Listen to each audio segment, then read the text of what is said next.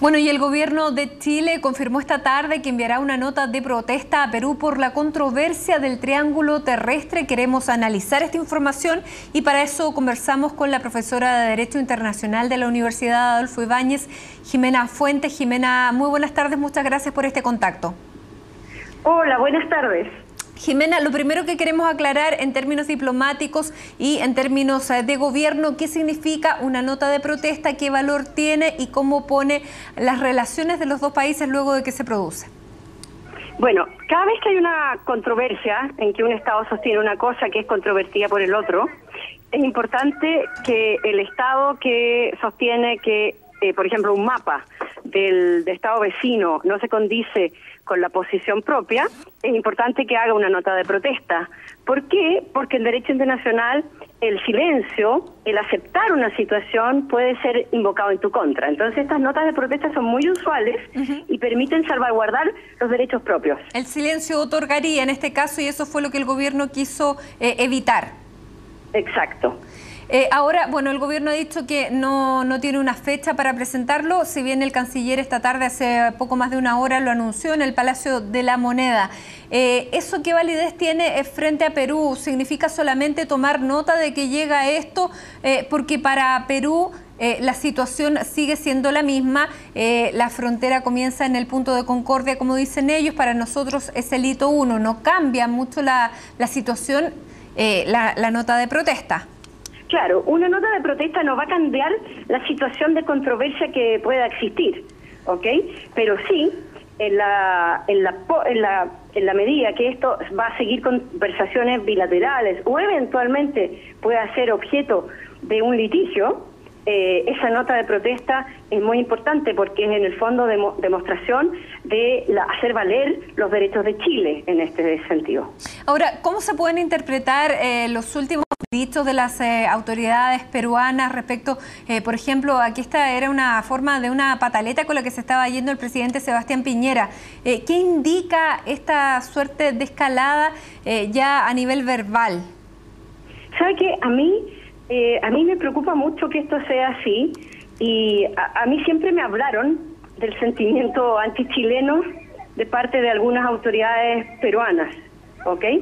Pero no lo había visto y ahora lo veo así. O sea, a mí me parece una falta de respeto que se hable en esos términos, de pataletas, de un gobierno que va saliente, etcétera. Yo creo que aquí hay dos posiciones distintas.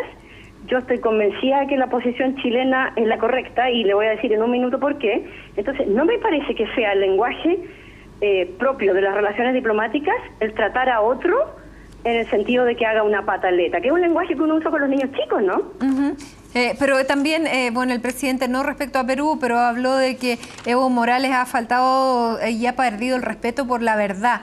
¿Estamos en un lenguaje que no corresponde a las relaciones diplomáticas? Bueno, eso me parece harto más digno. ¿Ya? Que yo le diga a otro, me parece que tú estás faltando a la verdad o eso no se condice con la verdad. Eso me parece digno, eso es propio. Yo creo que yo no le haría el quite a un lenguaje de ese tipo, es duro, pero es un lenguaje que se usa en las relaciones diplomáticas. Ahora, pero pataleta es un lenguaje que no se usa.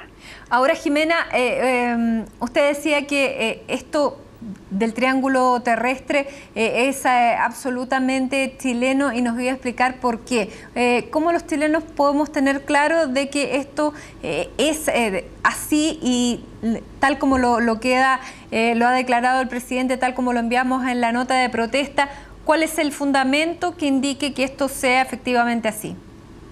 Bueno, yo creo que a mí me gustaría mucho porque como toda la documentación del fallo de la Corte, uno puede leer todos los documentos que presentaron las partes y uno puede ahí hacer la reconstrucción de cómo surgió esta controversia. Entonces hay un primer punto bien importante y es cuándo surge el tema del hito 1 y el famoso punto 266.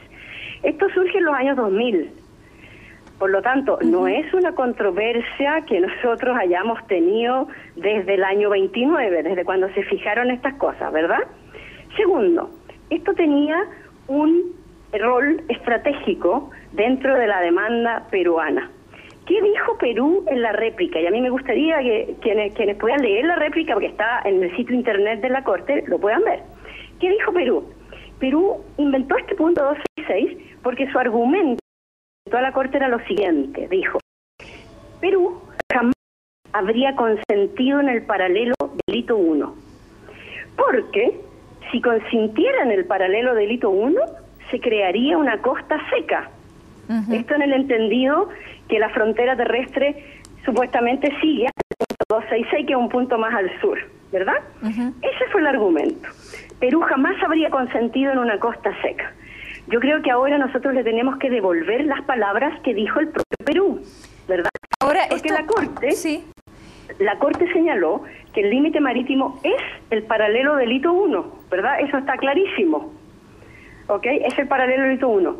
¿Eso qué quiere decir? Que Perú consintió en el paralelo delito 1. ¿Y eso qué quiere decir? Quiere decir que cuando Perú consintió en ese paralelo, nunca pensó que el terreno, la tierra, bajo el paralelo, al sur del paralelo, era peruano, porque nunca estuvo en su cabeza que estaba creando una situación de costa seca. Ese es el argumento. Ese es el poderoso. Ese es el argumento por el cual, claro, se queda con una costa seca. Esto también en términos políticos es señal de que Perú cada vez comienza a darse cuenta de lo que celebró en una primera instancia. ¿No era tanto lo obtenido por la Corte Internacional? Bueno, esa es otra lectura que uno puede hacer. Chile en primera instancia, ¿verdad?, asumió que había perdido estos 20.000 o más kilómetros cuadrados de mar y que para Chile era doloroso. Así lo expresó el presidente y así lo expresó la presidenta Bachelet también, ¿verdad? Nosotros asumimos este rol de que habíamos perdido ese mar. Ahora, Chile, o sea, Perú se mostró triunfante, pero al parecer ahora se están dando cuenta que es un triunfo que no es tan victorioso, porque de otra manera no se explica que quieran seguir teniendo temas abiertos con Chile. Jimena, y si, bueno, no fue tan victorioso, ¿por qué Chile plantea en este minuto, cuando ya no sirve en relación a Bolivia, la posibilidad de salir del Pacto de Bogotá? Y una postura analítica frente al Pacto de Bogotá. ¿Es conveniente, es pensable que Chile deje el pacto? Mire, lo que pasa es que cuando uno se somete a la decisión de un tercero, uno necesita garantías. Los estados necesitan garantías. ¿Qué garantía? La garantía básica de que la decisión de este tercero va a ser en derecho. Y nosotros nos sometimos a esta Corte Internacional de Justicia en ese entendido. Ahora, yo, analizando el fallo de la Corte, veo que en verdad las razones para haber cortado el paralelo en la milla 80 son muy débiles, muy débiles. ¿Ya? Eso claro, exige un análisis un poquito más largo que en esta entrevista. Sí. Pero yo creo que todos nos damos cuenta que si la Corte estimó que había un acuerdo tácito en 1954, ¿verdad?, que ya estaba reconocido en 1954, un acuerdo tácito que se circunscribía dentro de lo que eran los acuerdos del 52 y las declaraciones del 47, todos ellos que habían señalado que los estados tenían soberanía y jurisdicción sobre 200 millas, resulta bastante incongruente cortarlo después en la milla 80, si estos estados estaban reclamando 200, ¿verdad? O sea, habría una suerte de una decisión bastante arbitraria de un tribunal al que no nos convendría someternos en un futuro. Ahí yo veo que la Corte en verdad aplicó un cierto criterio de equidad. Esto que incluso lo llamaba así, Perú decía, esperamos que la Corte resuelva en justicia, ¿verdad?, en equidad. Sí. Bueno, yo veo ahí un elemento de equidad. Y cuando uno ve un elemento de equidad en un tribunal, es algo muy peligroso, porque quiere decir que ya no están las garantías que uno estimaba que existían. Claro. Entonces, en ese sentido, uno dice, bueno, ¿por qué me voy a someter a un tribunal que veo que se convierte en un árbitro arbitrador? Una palabra equidad que puede sonar muy bien en otros ámbitos, pero en el ámbito jurídico, en un tribunal, no está bien. ¿No es así? Exactamente, porque ahora, se puede Jimena, mover una situación existente, como que en este caso sí existía un paralelo diseñado por las partes y que se habían implementado por 200 millas. Pero bueno, en el caso de Bolivia ya no sería tiempo porque habría que estar fuera un año antes de la presentación de la última querella. Pero para evadir en el fondo, llegar al tribunal, a la Corte Internacional de la Haya, no solamente el Pacto de Bogotá nos vincula, sino que habría que salirse de muchos otros, ¿o no?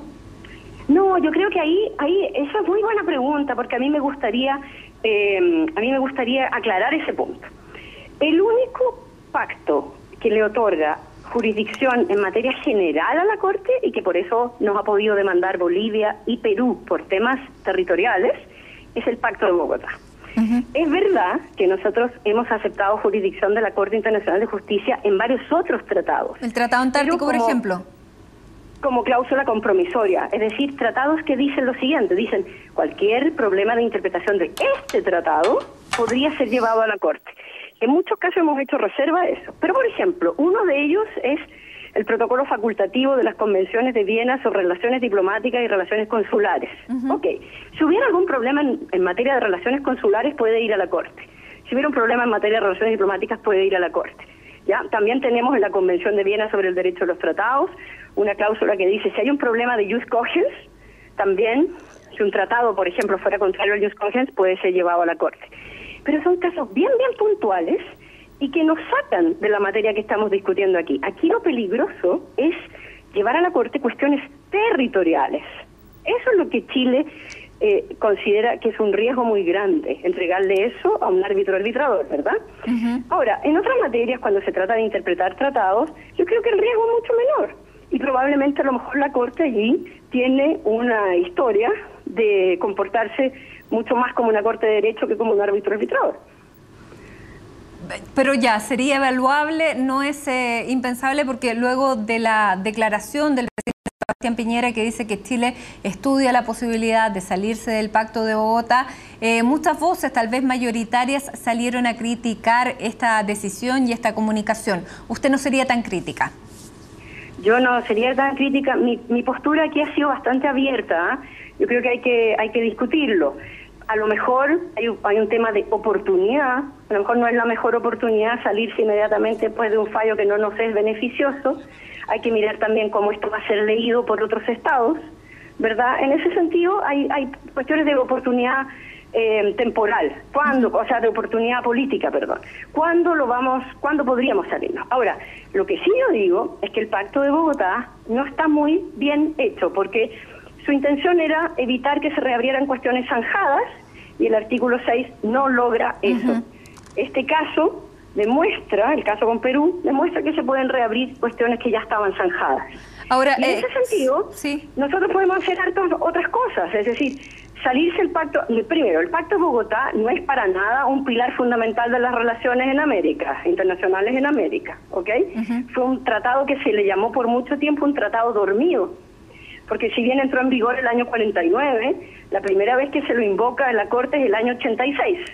Y después pasaron 13 años más para que se invocara de nuevo. Entonces, no es precisamente un pilar de las relaciones internacionales en América. Y, en todo caso, nosotros podemos suscribir a otros sistemas de solución de controversia. Perfecto. Jimena, se nos acaba el tiempo. Te quiero agradecer nuevamente este contacto con CNN Chile. La última pregunta, ¿qué uno debería esperar en términos diplomáticos de el envío de una carta de protesta? ¿Hay algo que esperar? No, nada. Normalmente esas cartas de protesta se toma nota en el estado que las recibe y lo importante es que Chile hace valer su punto y queda registro de que Chile protestó, que es lo importante en este caso. Muy bien. Muchísimas gracias por este contacto y muy buenas tardes. Bien, pues que estén muy bien.